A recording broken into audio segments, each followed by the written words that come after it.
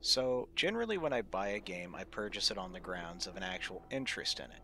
Is it something new and weird, a sequel to a franchise I love, a daring new idea? I feel it's fair to admit that I bought this entirely because it was $2.45. I wanted to trash on it, I wanted to dunk on it, I maybe wanted to get drunk and waste an hour on it. Instead, I just keep finding myself playing more of it. Also, that's not a joke. It's $2.45. $2 US and 45 cents. Here's the Steam page, even.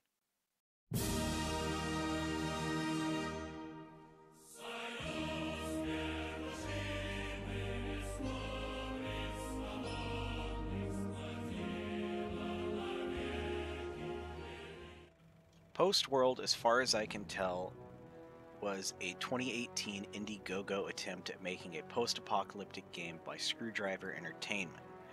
I can't find a wealth of information about the team because this also appears to be their only game, an unfinished one at that.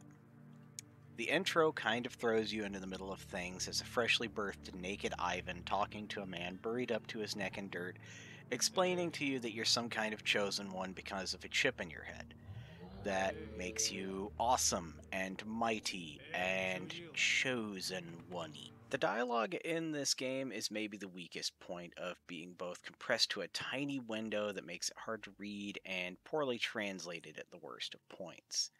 I wouldn't say it's bad. What's there is trying its damnedest to tell a story, but I'm not going to tell you that it's a wondrous brainbuster. The intro is going to drag in ways that you didn't think it could drag. You're going to click through 400 text boxes of the same content you're used to reading in every RPG, slap around like two guys that come out of nowhere because the buried guy said so, take their pants, and then you're going to click through a lot of tutorial boxes. A lot. A lot of tutorial boxes. The big draw of the game is the prosthetic and robot limb system. You can augment and alter your character with new arms and legs. There is an achievement for remaining human and unchanged, and then beating the game unchanged. Yes, Jake, I hear your screechy meows. My cat is very angry as I review this. That's a nice idea, to encourage me not to abuse my character's body, but give me a robot arm. So, with the addition of a new limb, you'll see that you gain bonuses to needing to eat and drink less. They have their own separate damage reduction, and it lowers your core normal organic starting health, meaning it's easier to bleed to death, but you're also more durable if bullets hit your limbs instead of your torso or head.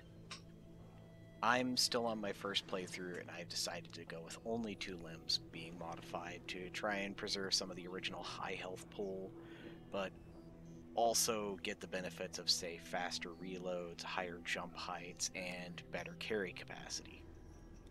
Another appeal of the game is the Fallout 4 style weapons customization and modularity system.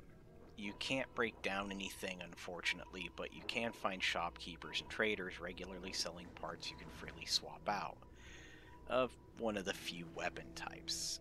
Pistol, small and large shotgun, small and large rifle, shields, and a few melee weapons. It's not a big selection, but it allows for a decent amount of customization. If you want to hang on to your starting rifle and convert it into a monstrous 160 round belt fed machine gun with explosive rounds, that's something you can do, and it feels unsurprisingly good.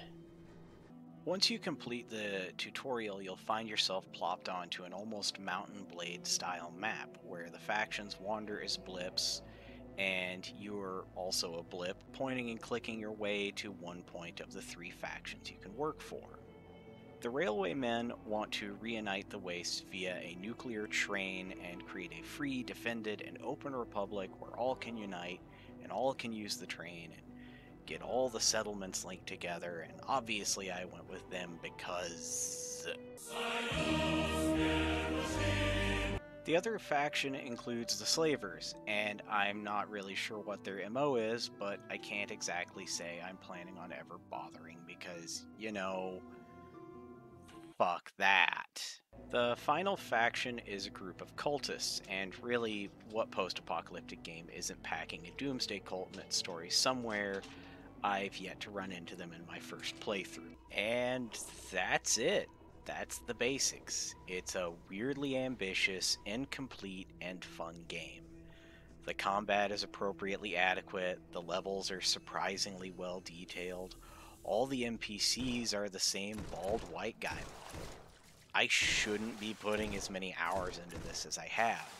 As I hit my 8th hour of play into what is just a 2-day period, I can't help but wonder how good this game could have been if they had had the budget to just finish out a few more small details, like adding a character creator, having a variety of NPCs, and allowing all the guns and armor to be customizable. Things that the game obviously was building towards. I can't wholeheartedly tell you to spend money on an incomplete game, especially during a financial crisis. However, if you have $3 to spare and you're curious about it, I'd say give it a look.